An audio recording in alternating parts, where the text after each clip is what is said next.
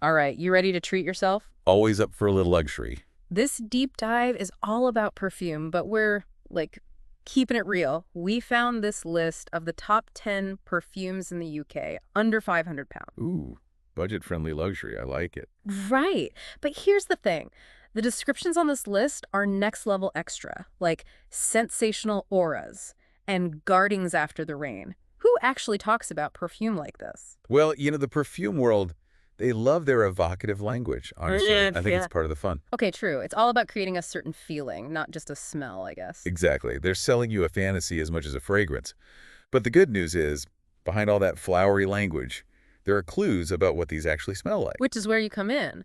Our resident fragrance guru here to decode the perfume poetry for us. So let's jump right into it, yes. Let's do it. This list is full of big names, but let's start with one that's like a classic for a reason, Joe Malone's English Pear and Freesia. Our source describes it as, get this, a walk through a sun-drenched orchard, which honestly sounds amazing right now. It does, doesn't it?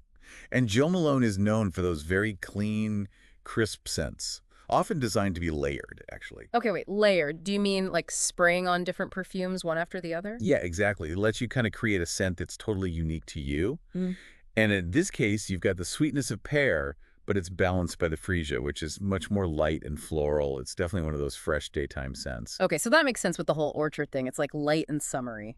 Absolutely. All right, so we've got fresh and fruity covered. What about something a little more romantic? Oh, well, this list has got you covered there, too. They've got Miss Dior, which they describe as this, timeless classic that embodies romance. Classic and romantic. I'm intrigued. So what are we working with, scent-wise? It's very much a floral, but with a bit of an edge.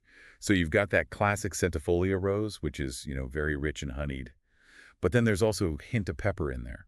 Oh, interesting. So it's not just your typical, sweet floral scent. There's a little something extra in there. Exactly. It's that little something that keeps things interesting. I see, keeping the romance alive.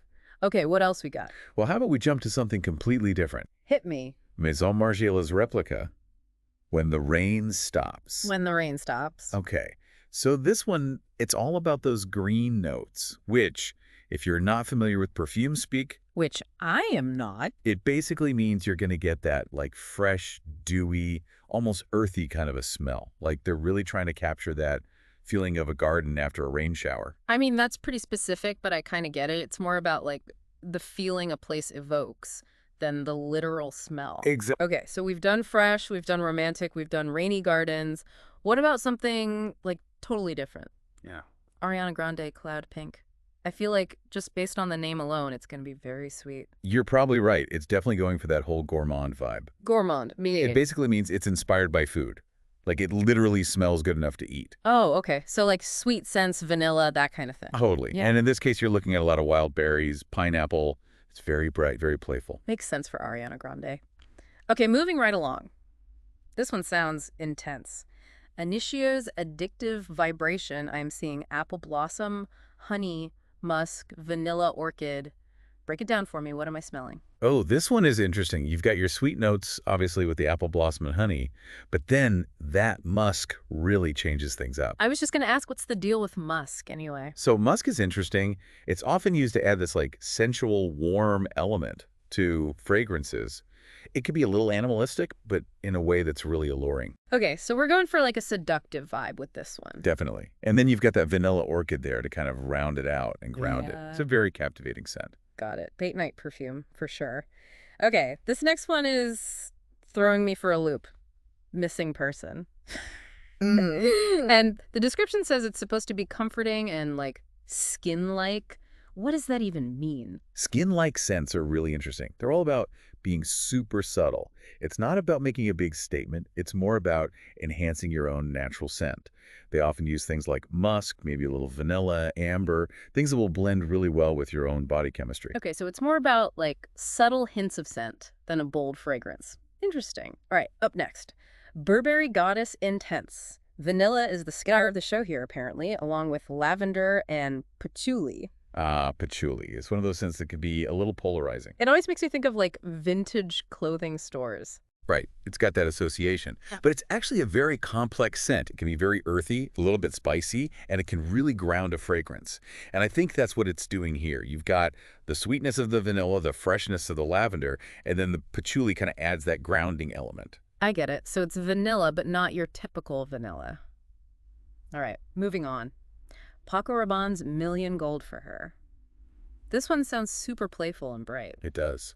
Fluffy musks and white petals, according to our list. That sounds luxurious. Is that a common combo? Very. White florals are usually a safe bet if you want something bright and cheerful. Mm. And then the musk adds that touch of, like, warmth and sensuality. It's a classic combination. Got it. Two more to go. Okay, this name is a mouthful. Baccarat Rouge 540. Not giving much away, are they? I know, right? This one is really interesting, though, because people always describe it as having this metallic edge, which you don't often get in perfumes. Metallic. Like I'm imagining like the smell of a coin. Is that accurate? Not quite.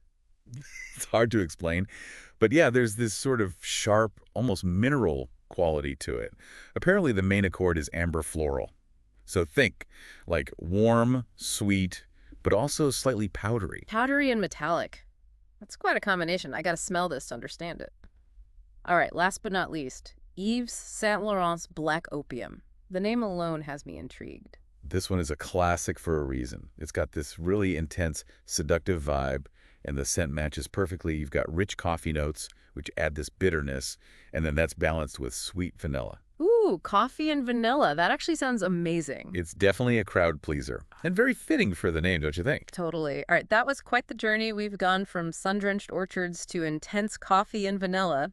If someone's listening to all of this and feeling completely overwhelmed, what's your, like, one piece of advice to help them find the one? Honestly. Just go out and try some. Go to a department store, spray a few on those little paper strips, and see what speaks to you. Better yet, spray a few on your skin and see how they change throughout the day. That's great advice. This deep dive has really got me thinking. Picking a perfume is almost like, I don't know, picking a character in a novel. Like you're choosing their signature scent. I love that analogy. It does make you wonder, though. Are there some scents that are like the main characters, the protagonists of the perfume world, and others that are more like the side characters? Something to think about.